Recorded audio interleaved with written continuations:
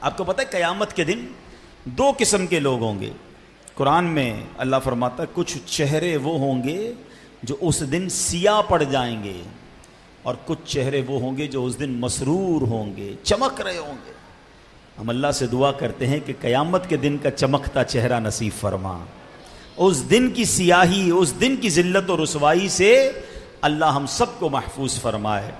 مولانا ضیاء الدین مدنی رحمۃ اللہ تعالی علیہ کی سیرت بڑی کمال کی ہے. محمد عارف قادری ضیائی یہ ایک شخصیت ہیں، اور یہ قطب مدینہ رحمۃ اللہ تعالی علیہ کے مرید ہیں. فرماتے 1974 کی بات ہے، میں نے مدینہ منورہ میں مستقل رہائش اختیار کرنے کا ارادہ کر لیا. مدینہ پاک میں کاروبار کا ذریعہ بھی بن گیا. اب جب والدہ سے اجازت لی تو میری والدہ نے کہا کہ نہیں بیٹا آپ واپس آ جائیں اور کسی طریقے سے پاکستان آئیں، مجھے آپ کی یہاں ضرورت ہے. اور والدہ جانتی تھی کہ یہ میرا بیٹا مولانا ضیاء الدین مدنی کا مرید ہے اور ان کے ساتھ ہی رہتا ہے. تو ماں نے سیدی قطب مدینہ کو بھی خط لکھ دیا کہ حضور میرا بیٹا آپ کے پاس آتا ہے، اس کو سمجھائیں اور پاکستان واپس بھیج دیں. مولانا ضیاء الدین مدنی نے عارف صاحب کو بلایا اور بلا کر کہا کہ بیٹا آپ کی والدہ کا خط آیا ہے، گھر سے خط آیا، پڑھو اسے. خط کو پڑھا. خط میں ماں نے یہی لکھا تھا کہ بیٹا واپس آ جاؤ. کہا حضور ماں تو کہہ رہی ہے مگر میرا مدینہ چھوڑنے کو جی نہیں چاہتا ہے. ماں مانی جائے گی، بس میرا جی نہیں چاہتا کہ میں مدینہ چھوڑ کر جاؤں. سیدی قطب مدینہ فرماتے بیٹا ماں کا حکم مانو اور واپس جاؤ، اللہ خیر کرے گا. آپ نے کہا حضور بس مجھے اجازت دے دیں، میں ماں کو منا لوں گا، وہ تھوڑا عرصہ روئے گی پھر مان جائے گی، مگر مجھے مدینے میں رہنے دیں. حضرت قطب مدینہ رضی اللہ تعالیٰ عنہ نے اب جلال میں آ کر فرمایا چلے جاؤ، والدہ کا حکم مانو، تم انشاءاللہ مدینہ طیبہ آؤ گے اور یہیں رہو گے. کہتے میں پیر صاحب کا بھی حکم آ گیا، والدہ کا بھی حکم تھا. میں واپس آیا اور امی جان کے ارشاد پر جب واپس آ گیا تو کچھ ہی عرصے میں ایسا کرم ہوا کہ میری دعائیں رنگ لائیں. پیر صاحب نے جو فرمایا تھا ایسا ہی ہوا. پھر مدینے جانا نصیب بھی ہوا اور مدینے ہی میں میرا قیام ہو گیا. عاشق مصطفیٰ ضیاء الدین زاہد و پارسا، ضیاء الدین جام عشق نبی کے پلا مجھے، مست و بے خود بنا ضیاء الدین. موت آئے مجھے مدینے میں کر دو حق سے دعا ضیاء الدین. مجھ کو دے دو بقیع غرقد میں اپنے قدموں میں جا ضیاء الدین. تو اے میرے پیارے اسلامی بھائیو، اس واقعے سے ایک اور بات سیکھنے کو بھی مل رہی ہے کہ والدین کے جو حکم ہے اس کو ماننا ہے. آپ کو معلوم ہے کہ نفلی عمرے یا نفلی حج کرنے بھی بندہ اپنے ماں باپ کی اجازت کے بغیر نہیں جا سکتا. اگر ماں کہتی ہے کہ نہ جاؤ، حالانکہ حج ہے لیکن نفلی ہے نا، فرض نہیں ہے، فرض یقیناً پورا کرنا ہوگا، مگر نفلی حج کے لیے والدین کی اجازت کے بغیر نہیں جا سکتا. والدین کو ضرورت ہے تو ان کے پاس رہے. اب یہ میں یہاں ان لوگوں سے بات کروں گا کہ وہ مدینے میں رہنا چاہتے تھے، اور میں نے آپ کو شرعی مسئلہ بھی بیان کر دیا حج کا. ایسے کاموں میں بھی منع ہے اگر ماں اور والد کو ضرورت ہے. تو نیکی کے اتنے بڑے کام سے زیادہ ضروری ماں باپ کی خدمت ہے. تو جو بندہ دوستوں یاروں میں بیٹھ کر برے کاموں میں زندگی گزارے اور اپنے ماں باپ کو وقت نہ دے، ماں باپ کی فرما برداری نہ کرے، تو اس کا کیا ہوگا. اور یہاں میں بیرون ملک میں رہنے والے عاشقان رسول سے بھی بات کروں گا کہ بعض اوقات یورپ میں، افریقہ میں، دنیا بھر میں چلے جاتے ہیں، ماں ادھر پریشان، والد بزرگ بوڑھے پریشان، اور بیٹا کہتا نہیں میں اپنی لائف وہاں گزاروں گا. اور بعض اوقات ماں باپ کو جب انتقال ہو جائے تو چہرہ بھی نہیں دیکھ سکتے. ایسا نہ کیا کریں. مجھے اچھی طرح یاد ہے، کچھ عرصہ پرانی بات ہے، مجھے ایک نوجوان کا یورپ سے فون آیا. آواز تھوڑی سی اس کی بھرائی ہوئی تھی. کہتا ہے عبدالحبیب بھائی مجھے آپ سے ایک مشورہ کرنا ہے. میں نے کہا جی بتائیے. کہتے ماں بوڑھی ہے، بیمار ہے، ماں روز مجھے کہتی بیٹا واپس آ جاؤ، پتہ نہیں کب دنیا سے چلی جاؤں گی، میرے بیٹا میرے پاس آ جاؤ. وہ کہتا ہے میرا جی بھی چاہتا ہے ماں کے پاس جانے کو، مگر مسئلہ یہ ہے کہ یورپ آ تو گیا ہوں، کاغذات بنے نہیں ہیں، اگر میں واپس چلا گیا تو پھر یورپ نہیں آ سکوں گا، میرے ڈاکیومنٹ ابھی بننے میں ٹائم ہے، پتہ نہیں کتنا ٹائم لگے. میں نے اس نوجوان سے کہا کہ بیٹا بات یہ ہے کہ اگر ماں چلی گئی نا تو ماں دوبارہ نہیں آئے گی.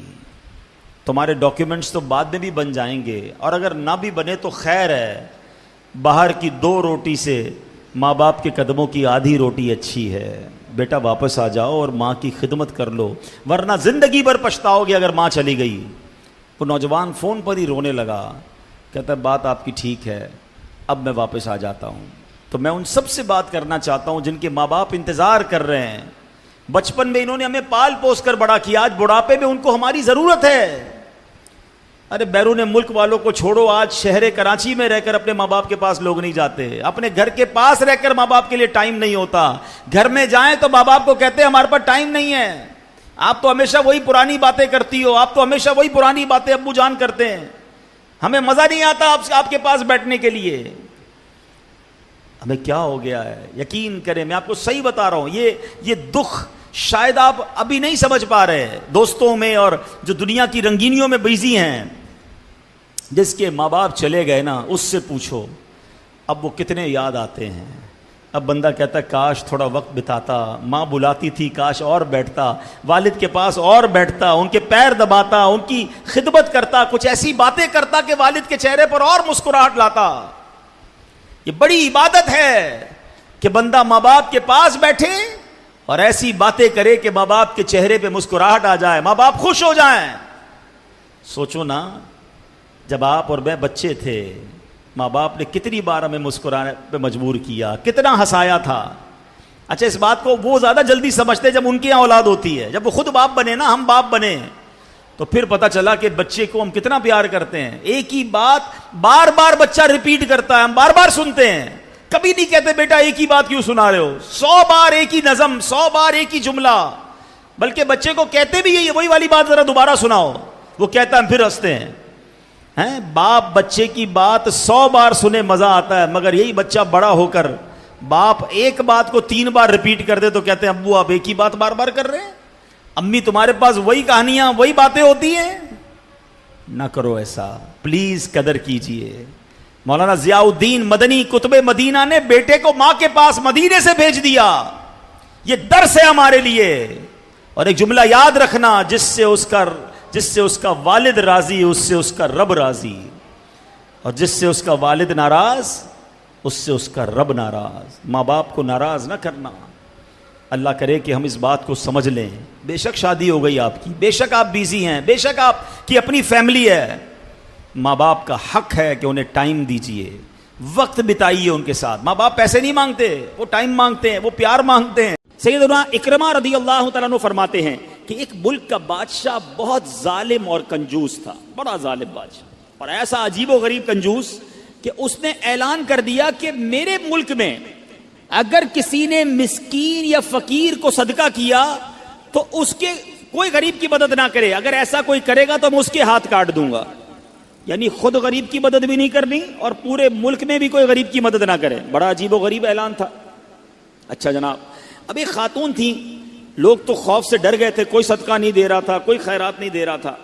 ایک دن فقیر مجبور ہو کر ایک عورت کے پاس آیا اور کہا مجھے اللہ کی راہ میں کچھ دو، میں بہت بھوکا ہوں، کھانے کے لیے کچھ نہیں.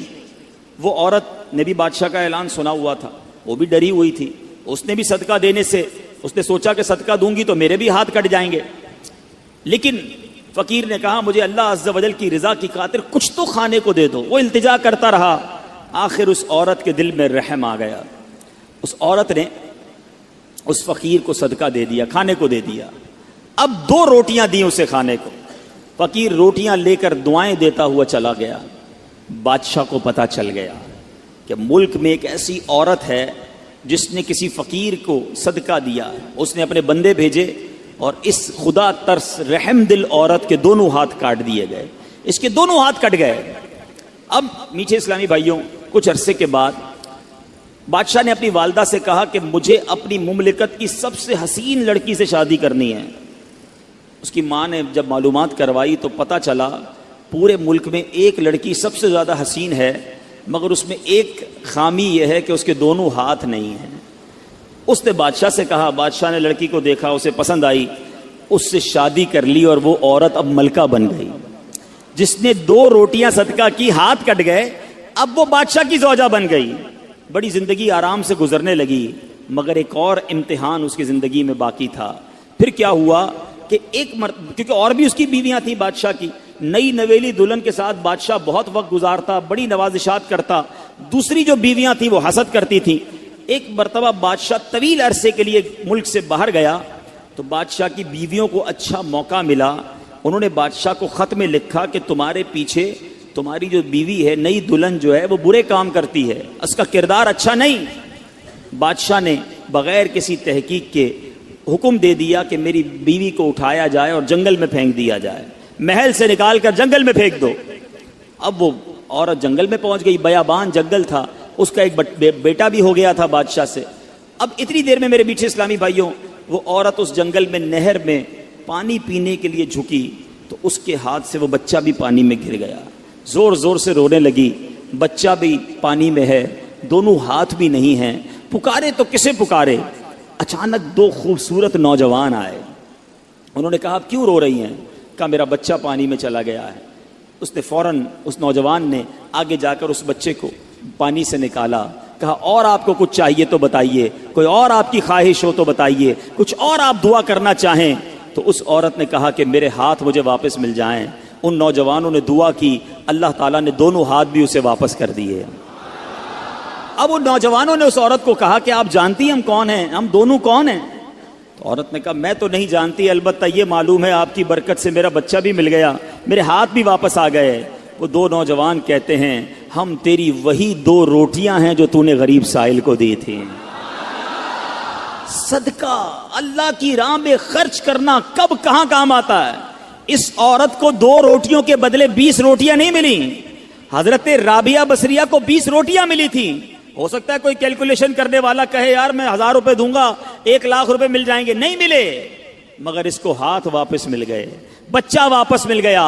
کیا معلوم مجھ پر اور آپ پر کوئی بلا آنے والی ہو، کوئی مصیبت آنے والی ہو، کوئی بیماری آنے والی ہو، اگر اللہ کی راہ میں صدقہ دیں، کسی غریب کی مدد کریں اور اس کے دل سے دعا نکلے اور اللہ کریم ہم سے وہ مصیبت کو ٹال دے تو اے میرے بیچے اسلامی بھائیوں، مدنی چینل کے ناظرین، بعض اوقات جب صدقہ اور خیرات کی بات آتی ہے تو بعض لوگوں کے ذہنوں میں یہ بات آتی ہے میں تو خود غریب ہوں، میں تو خود پریشان ہوں، میں تو خود نوکری کرتا ہوں، میں تو خود کرائے کے گھر میں رہتا ہوں، ارے میں صدقہ اور خیرات کیسے دوں؟ یہ غلطی ہے میرے بیٹھے اسلامی بھائیوں۔ یاد رکھیے اللہ تبارک و تعالیٰ کی بارگاہ میں اخلاص دیکھا جاتا ہے، رب کی بارگاہ میں کوانٹٹی نہیں کوالٹی دیکھی جاتی ہے۔ کوئی لاکھوں صدقہ کرے اخلاص نہیں، اس کے صدقے کا کوئی فائدہ نہیں۔ کوئی 1 روپیہ صدقہ کرے اور اللہ کی رضا کے لیے اخلاص کے ساتھ کرے، کیا معلوم وہی روپیہ اس کی مغفرت کا ذریعہ بن جائے۔ تو نیت بارگاہ الہی میں دیکھی جاتی ہے، یہ گویا اللہ سے کاروبار ہے۔ اس کو خرچ کرتے وقت دل میں ملال نہ لانا، اللہ نے تھوڑے دیے ہیں تھوڑے خرچ کرتے رہو، جب وہ زیادہ عطا فرمائے زیادہ خرچ کرتے رہو، اللہ کی راہ میں خرچ کرتے رہا کرو، وہ رب کریم تمہارا ملٹی پلائی کر کر بہت زیادہ بڑھا کر تمہیں عطا فرمائے گا۔ صلو علی الحبیب صلی اللہ تعالی علی محمد۔ مجھے اپنی اور ساری دنیا کے لوگوں کی اصلاح کی کوشش کرنی ہے انشاءاللہ۔ دنیا میں ہم کسی کو کوئی پیسے دیں کہ بھئی یہ میرے 50,000 روپے ذرا رکھ لو، اور تھوڑے دنوں بعد میں اس کو کہوں یار وہ جو میرے 50,000 تھے اس میں سے 5,000 دے دو، یہ صاحب مجھے 5,000 واپس دے دیں، انہوں نے مجھ پر کوئی مہربانی کی نہیں نا، پیسے میں نے دیے، میرے ہی پیسے تھے اور 50 میں سے میں نے 5 ہی مانگے ہیں، اچھا میں اس 5,000 پہ اس کو شاباش بھی دوں، تحفہ بھی دوں، خوش بھی ہو جاؤں، تو لوگ کہیں گے کمال ہے یار، اپنی پیسے تھوڑے سے لے کر پھر کس بات کی خوشی ہے، پھر کس بات کا انعام ہے؟ ٹھیک ہے نا، کوئی کمال نہیں ہے اس بندے کا جس کے پاس ہم پیسے رکھوا کے ہمارے ہی پیسے اس میں سے بھی تھوڑے لے لیں۔ میرے رب کی شان دیکھیں کہ مال کون دیتا ہے؟ اللہ دیتا ہے۔ اچھا اللہ اپنے مال میں سے فرماتے ہے میری راہ میں خرچ کر لو، اچھا ہم خرچ کر بھی لیں تو کمال کیا کیا، دیا اسی نے تھا۔ بلکہ مزے کی بات بتائیں کہ صرف مال نہیں دیتا، مال تو بہت سو کو دیا ہے، پھر اللہ خرچ کرنے کی توفیق بھی اللہ ہی دیتا ہے۔ دنیا میں ایسے بہت سارے لوگ ہیں جن کو اللہ نے بہت دیا ہے، توفیق نہیں دی ہے، اربوں پتی ہیں، زکوٰۃ نہیں نکلتی ہے۔ نفلی صدقات کی بات تو بعد میں آئے گی نا، جو فرض ہے جو ضروری ہے دینا وہ نہیں نکلتا کیونکہ توفیق نہیں ہے، دل نہیں چلتا۔ سبحان اللہ، مال بھی رب دے، توفیق بھی رب دے اور بندہ کچھ خرچ کر لے تو انعام بھی ربی عطا فرماتا ہے، جنت کی نعمتیں بھی رب عطا فرماتا ہے۔ بلکہ ایک جگہ تو رب نے فرمایا قرآن میں ہی، ہے کوئی جو اللہ کو اچھا قرض دے، قرض حسنہ۔ بڑی عجیب بات ہے کہ یار رب کو قرض کون دے سکتا ہے؟ جب مال ہی رب نے دیا ہے تو اللہ کا مال ہے، اللہ فرماتا ہے کوئی جو میری راہ میں خرچ کرے، اللہ فرماتا ہے کوئی جو اللہ کو قرض دے۔ اس کا مطلب کیا ہوا؟ علماء نے بڑی ڈیبیٹ کی اس پر، یہ لفظ قرض کیوں لایا گیا؟ تو اس کے پیچھے علماء نے جو ریزن بیان کیا کہ دنیا میں جب آپ کسی کو تحفہ دیتے ہیں نا تو واپسی کی امید نہیں ہوتی اور رکھنی بھی نہیں چاہیے۔ تحفے کا مطلب تو آپ نے دے دیا نا، گفٹ ہے۔ کچھ لوگ تو تحفہ دے کر بھی امید رکھ رہے ہوتے ہیں، آج میں نے دیا ہے دیکھو کل کیا دے گا۔ تحفہ بھی غرض کے ساتھ، تحفہ بھی کنڈیشن کے ساتھ۔ تحفہ کنڈیشن کے ساتھ نہیں ہوتا، گفٹ دیا تو دیا، اچھے دل سے دیا کرو۔ تو لیکن جب آپ قرض دیتے ہیں نا تو آپ کو پتا ہوتا ہے یہ واپس آنا، جبھی تو قرض ہے۔ آپ تو کنڈیشن بھی لگاتے ہیں، چیک بھی کرتے ہیں، کس کو دے رہا ہوں، واپس دے گا نہیں دے گا۔ اللہ اکبر۔ فرمایا جو رب نے قرآن میں فرمایا نا، ہے کوئی جو اللہ کو اچھا قرض دے اور اللہ اس کو پھر بڑھا کے لوٹائے گا، تو اس کا مطلب یہ ہے کہ دینے والا اللہ کی راہ میں یقین رکھے کہ جو میں دے رہا ہوں یہ مجھے ضرور واپس ملے گا، اور جتنا دیا اتنا نہیں ملے گا، اللہ اپنے کرم سے اس کو بڑھا کر واپس لوٹائے گا۔ نبی پاک علیہ السلام فرماتے ہیں بے شک صدقہ کرنے والوں کو صدقہ قبر کی گرمی سے بچاتا ہے، اور بلا شبہ مسلمان قیامت کے دن اپنے صدقے کے سائے میں ہوگا۔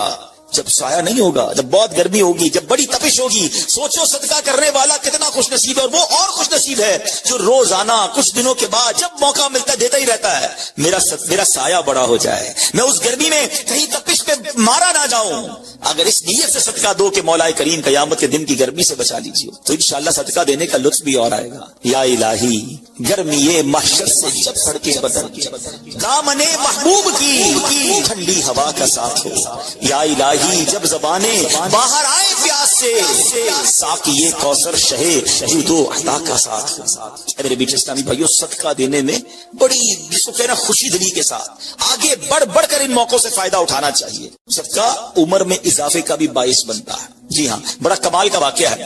حضرت عیسیٰ علیہ السلام کے زمانے میں ایک دھوبی تھا، لوگوں کے کپڑے آپس میں تبدیل کر دیتا تھا۔ تو لوگوں نے حضرت عیسیٰ علیہ السلام کو اس کے بارے میں بتایا کہ حضور یہ بندہ بڑا گڑبڑ بندہ ہے، سب کے کپڑے ملا دیتا ہے، تو آپ جو ہے اس بندے کے لیے کچھ کیجیے۔ آپ نے اللہ کی بارگاہ میں اس کی ہلاکت کی دعا کر دی۔ وہ بندہ دھوبی اپنے معمول سے گھر سے نکلا، اس کے پاس 3 روٹیاں تھیں۔ ایک سائل آیا تو اس نے ایک روٹی اسے دے دی۔ سائل نے دعا دی، اللہ تعالیٰ تجھ سے آفات سماویہ یعنی آسمانی آفتیں سے تجھے بچا لے۔ دھوبی نے اس دعا سے بڑا متاثر ہوا، ایک اور روٹی دے دی۔ اس سائل نے دعا کی کہ اللہ تعالیٰ تجھے جملہ آفتوں سے محفوظ رکھے۔ اس نے تیسری روٹی بھی دے دی، تو دھوبی سے اس سائل نے دعا کی اللہ تعالیٰ تجھے توبہ کی بھی توفیق عطا فرمائے۔ اب ایک بڑا سانپ جو ہے اس کی گٹھڑی میں داخل ہو چکا تھا، کیونکہ اب اس کی ہلاکت کی دعا ہو گئی تھی۔ اس سانپ کی گویا قدرتی یہ ڈیوٹی لگائی گئی تھی کہ اس دھوبی کو کاٹنا ہے۔ جب دھوبی کپڑے لینے کے ارادے سے اس نے گٹھڑی کے اندر ہاتھ ڈالا تو فرشتے نے اس سانپ کو لوہے کی ایک لگام ڈال دی، اور وہ دھوبی سلامتی کے ساتھ واپس آ گیا۔ دھوبی کو پتہ ہی نہیں چلا کیا ہوا ہے۔ لوگوں نے حضرت عیسیٰ علیہ السلام سے عرض کی کہ اے روح اللہ، دھوبی تو صحیح سلامت واپس آ گیا، آپ نے تو اس کی ہلاکت کی دعا کی تھی، آپ تو اللہ کے نبی ہیں، ذرا سنو۔ حضرت عیسیٰ علیہ السلام نے دھوبی کو بلایا، فرمایا بتاؤ تم نے کون سی بھلائی کی ہے؟ کہتا 3 روٹیاں تھیں، تینوں اللہ کی راہ میں صدقہ کی، اور وہ مجھے فقیر جو تھا وہ ہاتھ اٹھا کر جھولیاں اٹھا کر دعائیں دیتا رہا۔ تو آپ علیہ السلام نے اس سانپ سے پوچھا کہ تم نے اسے قتل کیوں نہیں کیا؟ تو سانپ نے عرض کی اے اللہ کے نبی، اللہ عز و جل نے آپ کی دعا قبول فرما لی تھی اور مجھے اس کو ہلاک کرنے کے لیے بھیجا تھا۔ جب اس دھوبی نے سائل کو صدقہ دیا تو ایک فرشتے نے آ کر مجھے لوہے کی لگام ڈال دی۔ جب لوگوں نے بات سنی، دھوبی نے یہ بات سنی، اسے بڑا تعجب ہوا کہ اتنا گناہگار میں، لوگوں کو اتنی تکلیف پہنچانے والا، صرف ایک نیکی کی اور مجھے آفت سے بچا لیا گیا۔ اس دھوبی نے توبہ کر لی، کیونکہ اس سائل نے توبہ کی بھی دعا کی تھی۔ تو پتہ یہ چلا آفتوں سے بچنا چاہتے ہیں، مصیبتوں سے بچنا چاہتے ہیں۔ آج کل تو کرونا وائرس کا زمانہ ہے، بلاؤں کا زمانہ ہے، ارے اس میں تو زیادہ صدقہ دینا چاہیے، اپنے نام کا بھی، بچوں کے نام کا بھی، فیملی کے ہر فرد کے نام پر صدقہ نکالتے رہیں کہ یا اللہ صدقے کی برکت سے ان بلاؤں ان وباؤں سے بچانا۔ ارے وباؤں سے، بلاؤں سے، آنے والی مصیبتوں سے صدقہ کیسے بچاتا ہے کہ سنیے، ایک شخص سیدنا ابو ہریرہ رضی اللہ تعالیٰ عنہ کی بارگاہ میں حاضر ہوا۔